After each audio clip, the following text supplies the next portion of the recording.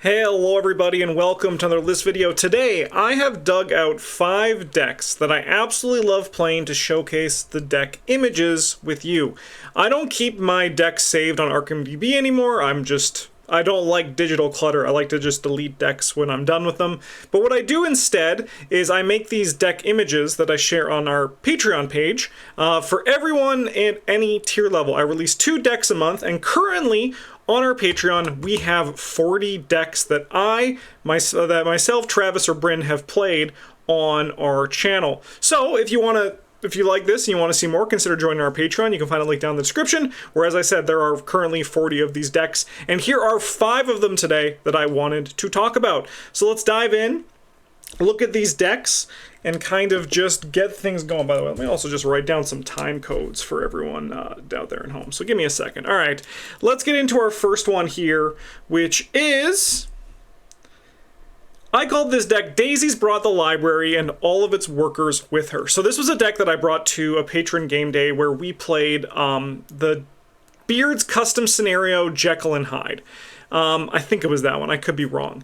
But the concept for this deck was to build around my ally slot and just like play a bunch of allies, notably Library Docent, but to also play like a bunch of different books and take advantage of those books.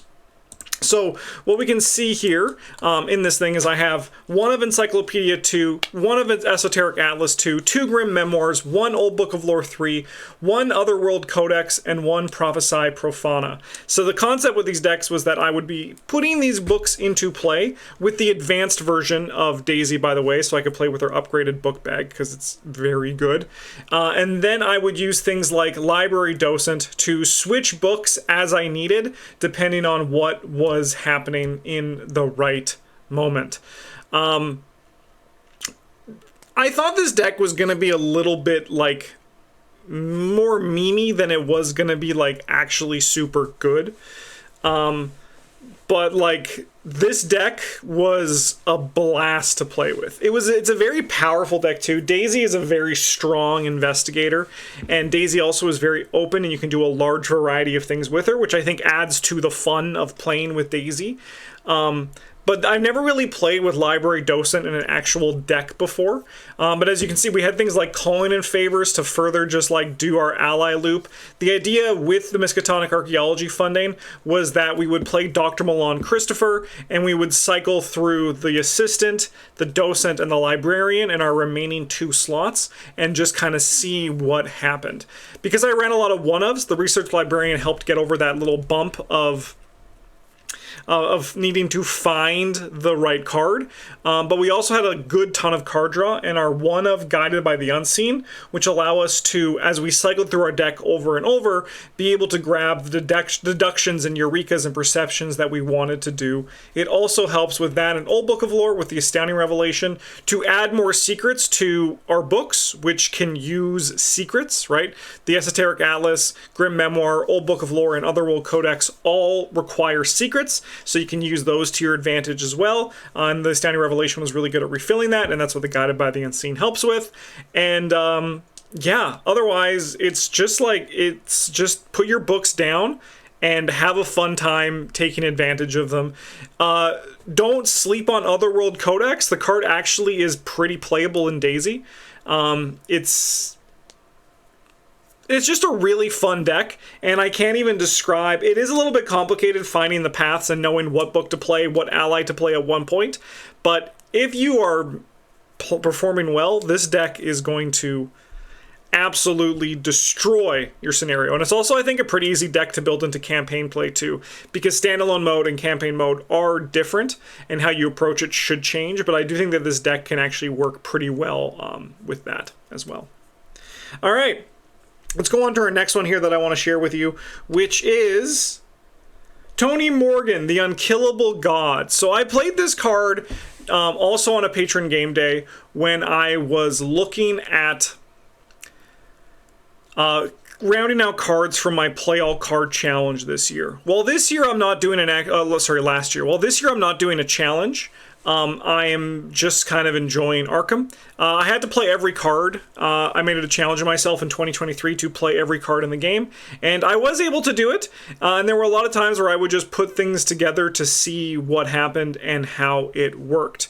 This deck's concept was just a Tony Morgan deck where I was just trying to round out a few cards that I didn't know if I actually, like, where else they would go. So, like, the Lupara works well with Sleight of Hand, so that works well with Tony. It also works well with the one in the chamber. But then I also had the 2 Precious Mementos. And I was like, I think Tony could be a really fun investigator to try this deck out in. And then it also works really well with Lonnie, but also like Tony and himself, when you get your things working really well with like a Knuckle Duster and some reliables on top of it, it becomes really like good at succeeding by 2. And this deck, I thought was just going to be a standard Tony deck, right? But it was actually kind of crazy the amount of damage that this deck was able to put out. Notably in this build, the Favor of the Moons and the False Covenant were there because the group I was playing with was using curse tokens in their build. So this is something that if I was playing this differently, I would probably switch those with either more ways to deal damage or more ways to draw cards, etc., etc. But it's this deck was just, it took so much damage and horror, and I never actually even got close to dying. I don't believe I even lost one of my Precious Mementos through the whole thing. Lonnie never died. You just use the backpack to find the things that you can hit, which are the 2 Knuckle Dusters, 2 Luparas, 2 Precious Mementos, the other backpack, and 2 emergency caches. You use those to just hold what you need, play what you want, use Lonnie to start like getting the healing that you need, but also just put the Precious Mementos down. You only need one of them, because one of them will get you going until you find the other one. You just got to find like Lonnie and a weapon. Now, in campaign play, I would also modify this deck. I'd probably want like a Mausers in here, which would actually, I think, work well instead of the Favor of the Moons if I was going to be going that route. So just something to consider if you are adapting this, because again, it does change from campaign play to standalone play. But this Tony deck was surprisingly powerful, and I had a really fun time playing with it. Our next deck that we're going to be talking about here is a Trish Big Money deck. I played this in a Dark Matter campaign. So this is our first of the campaign decks that I'm sharing here today. So this one is structured a bit more for campaign play than it is for standalone play or testing a deck concept. This was a really fun deck to play. It's probably the big money. I've played a lot of big money decks. I've played I think 4 Parallel Skidsmith big money deck. I've played a Bob big money deck, and I've played a Trish big money deck, and I'm pretty sure I've also played a 1 Preston big money deck in my ARKHAM life. But this is the one that I just remember being the most fun. A big reason for that is because Trish is a very fun investigator. She's very powerful, and she can do a lot of cool things because her stat line's really good, and she has, in my opinion, the best card pool in the game. So that's kind of why this was able to work this way. I also have a lot of one-ofs in here, which was enhanced by the fact that Trish is probably one of the best users of Lucky Cigarette Case 3, which I also think is one of the strongest cards in the game. It's kind of why I think she also has the strongest card pool in the game, because she gets Lucky Cigarette Case 3 and also Seeker cards. But you use that with lockpicks, magnifying glass to get your number big enough to just find what you need. We have Dr. Ball and Christopher and Death to also further boost our book. We have breaking and entering as a way to get even more juice out of what we want in terms of finding things with our Lucky Cigarette Case.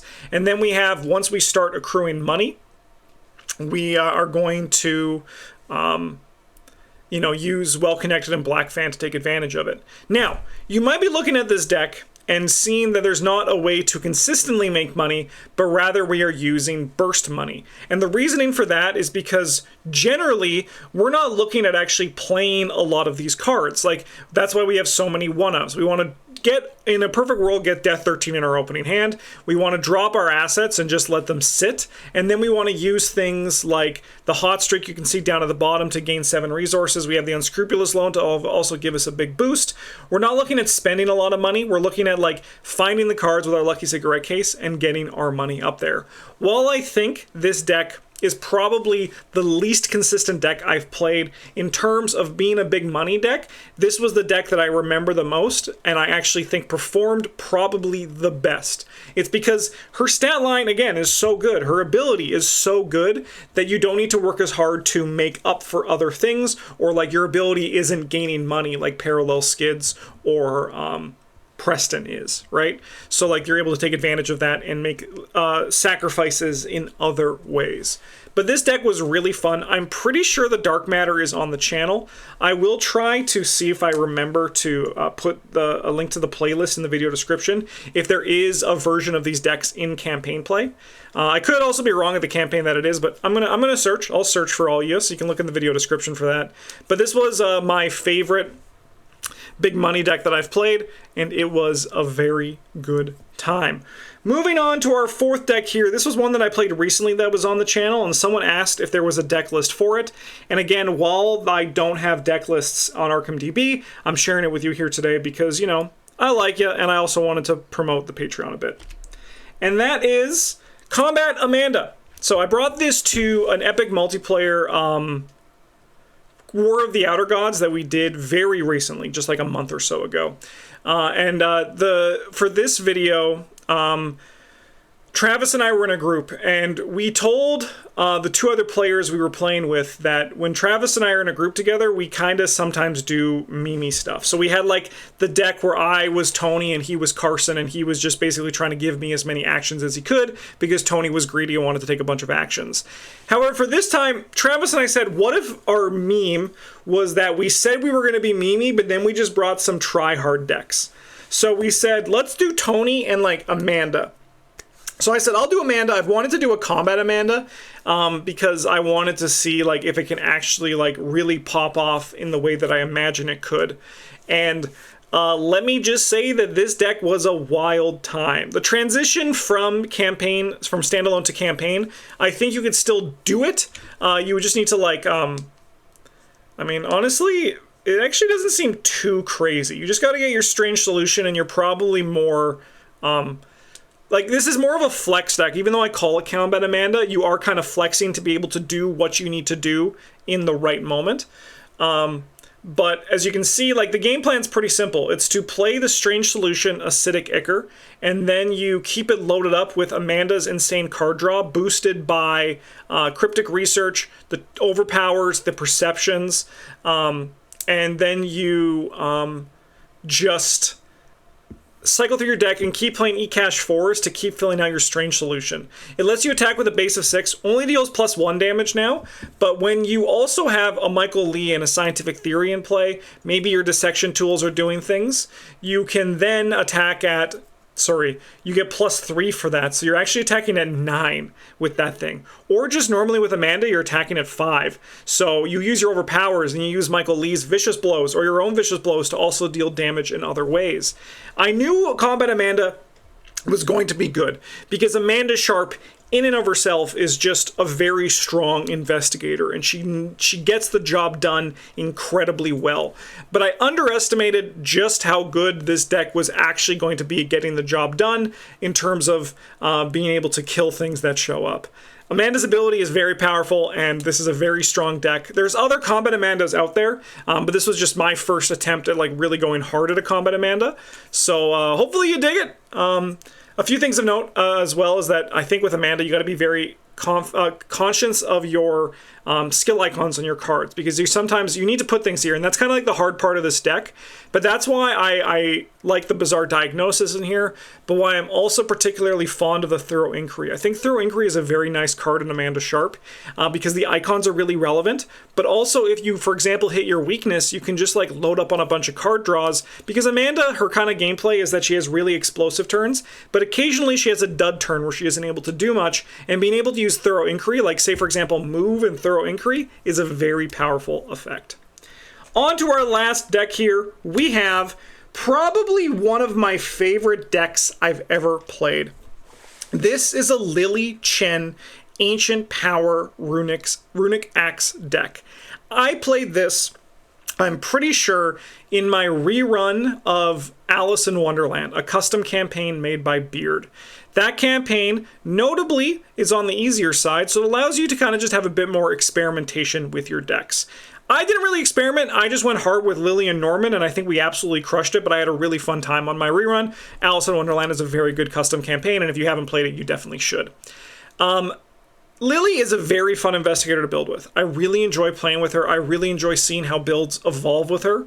But the thing that I like about her is that I think she uses Runic Axe in a very fun way that allows you to take advantage of her card pool and her ability in cool ways.